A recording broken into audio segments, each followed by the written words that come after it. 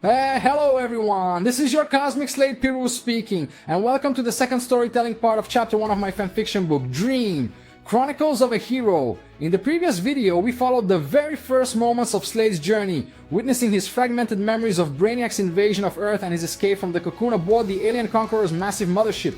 But that was only the beginning.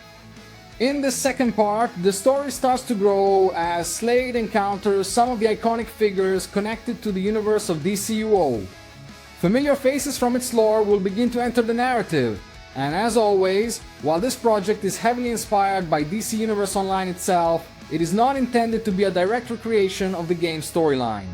Instead, it is my own interpretation of that universe, blending elements of the original narrative with original dialogues, character interactions, and storytelling choices to create a unique and immersive experience. And of course, thanks to the dedicated voices, you'll be able to better appreciate each character's personality, emotions, and unique way of speaking, helping bring this world to life like never before. But enough talking from me. I'll now leave you to the rest of the story. Enjoy the journey. As I tried to understand what had just happened, the reality around me began to bend in on itself. Edges blurred, perception warped. My senses were overwhelmed. Amplified sounds, blinding light, unknown impulses racing like lightning through every nerve. I stood up, with effort, instinctively.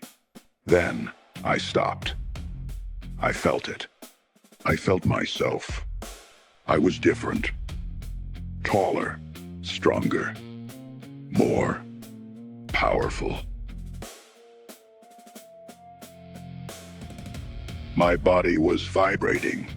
Every fiber, every muscle, every breath was charged with a new energy, burning, almost alive. It wasn't just strength, it was potential, raw, pure, uncontrollable. Only later did I realize that, well, I was completely naked. I looked around for something to wear, but there wasn't much. So I improvised, using the remains of some drones to piece together a sort of makeshift armor. Rough, metallic, but overall effective, and most importantly, covering what needed to be covered. As my reflection flickered across the metal surfaces, I noticed my eyes burning with an unnatural white light and my beard grown long, a sign of the time I had spent in captivity. Then, as I tried to make sense of where exactly I was, a sudden voice struck me like a jolt. It blared straight from the speakers in the room, piercing my thoughts. It was a female voice, clear, firm, and, given the situation, absurdly loud. Perfect! The infiltration was successful. All defenses in the area are down. I have full access to the network, and... She suddenly stopped, as if surprised. Oh, you must be one of the ones who were taken, right? What a relief to see you standing and conscious. But who the hell was she? I was about to ask, opening my mouth for the first time in what felt like an eternity, when... well, it happened. A deep sound began to rise. A distant, rhythmic noise, like a heartbeat, but made of steel and fury.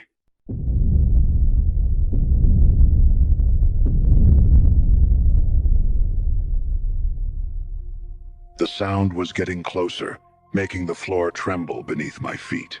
And then, without warning, a wall collapsed. Metal bent like paper. Debris and sparks flew through the air. A burst of light cut through the smoke, and through that opening, into the chaos still hanging in the air. The legend stepped in. Superman. He was imposing, mythic, a living icon, as if he had stepped out of a dream. His gaze was steady, resolute, filled with power but also compassion. He wore his classic blue suit, simple yet unmistakable. The S emblem of the House of El, one of the noblest families of Krypton, stood proudly on his chest, like a declaration of who he was and what he represented. The red trunks, the yellow belt, the boots in that same deep red. But more than anything, I was struck by his cape. Red like a sunset over a world at war. It flowed through the rubble like a banner of hope, unyielding and solemn. In that moment, amid smoke and ruin, with the cold of hibernation still in my bones and the echo of the explosion pulsing in my head, I stood before a symbol, not just of strength, but of justice. "Oh, what a surprise," he said in a calm yet firm tone, standing tall among the sparks and shadows of the chamber. "I'd like to say it's an honor to meet you, but let's just say the circumstances could be better. Anyway, I'm Sue." He was interrupted by the same female voice as before. Yes, I think everyone already knows who you are, last son of Krypton.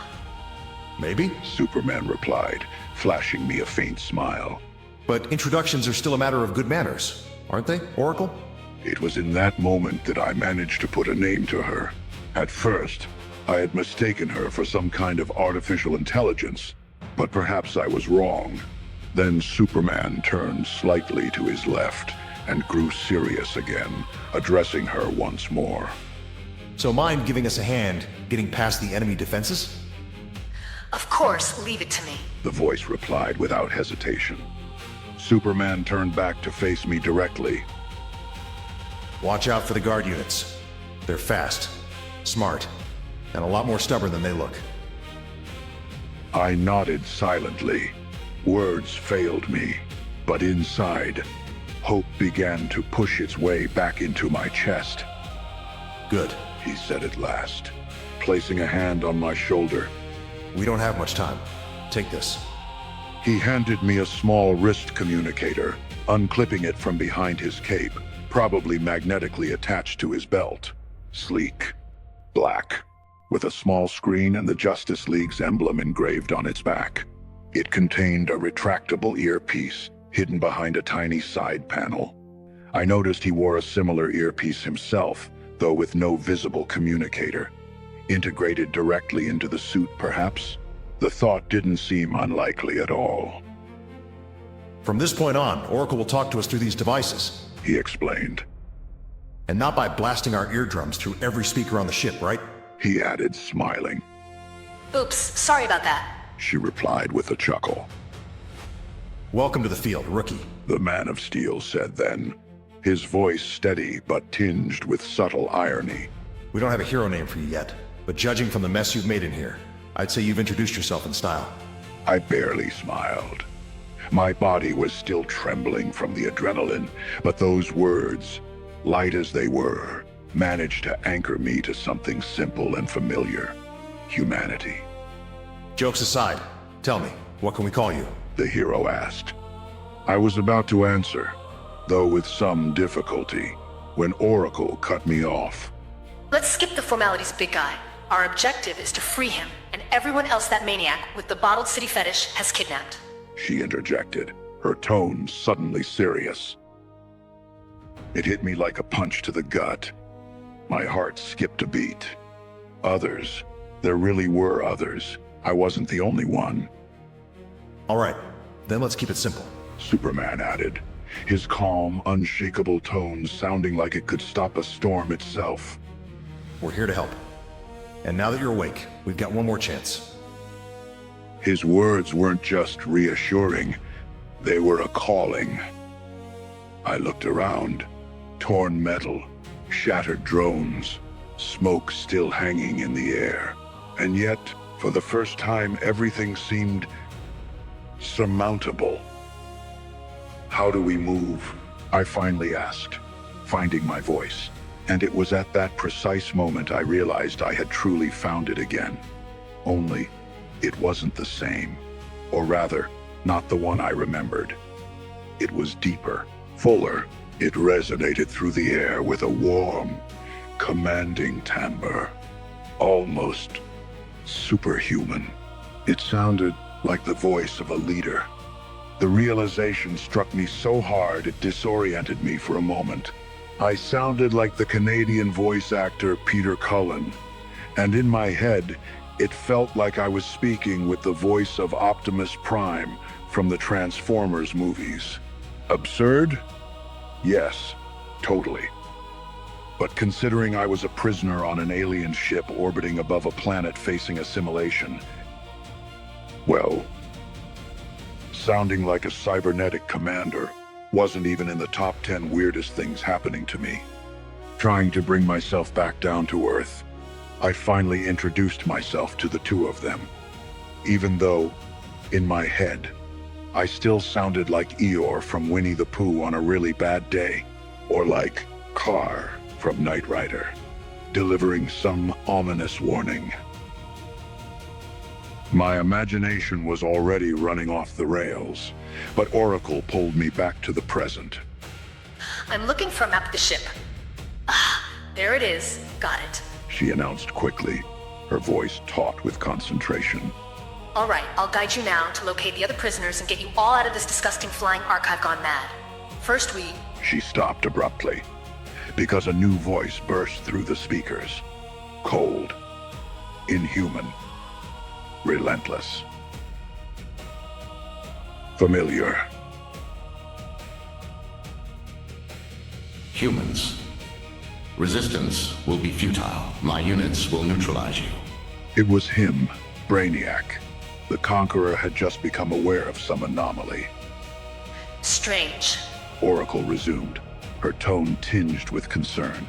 With my interference system active, that fanatic shouldn't be able to detect our presence. Could it be that the other prisoners freed themselves? On their own strength? The answer came by itself.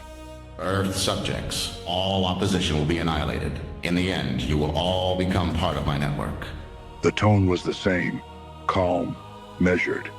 But now, there was a hint of irritation beneath the surface.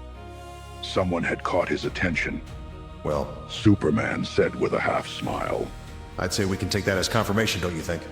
So what do we do? I asked, my voice deep and steady, cutting through the air like a sharp blade. For now, Oracle replied firmly. move. And if anything stands in your way, make sure it learns it cannot stop you.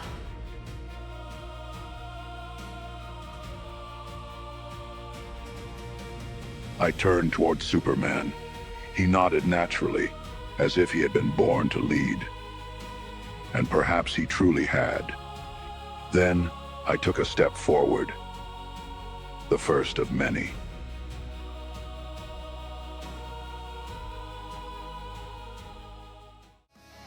And with this, Chapter 1 comes to an end. But this is only the first step. In Chapter 2, we'll continue following Slade as he takes his first true steps into this new reality, facing challenges that will test not only his newfound abilities, but also his courage, determination, and sense of identity. The road ahead won't be easy. New allies will appear and the adventure will grow bigger than ever before. I hope you've enjoyed this first chapter, and if you did, don't forget to leave a like, subscribe to the channel, and let me know in the comments what you thought about this beginning. Anyway, thank you for joining me on this journey, and until next time, see you in game, guys!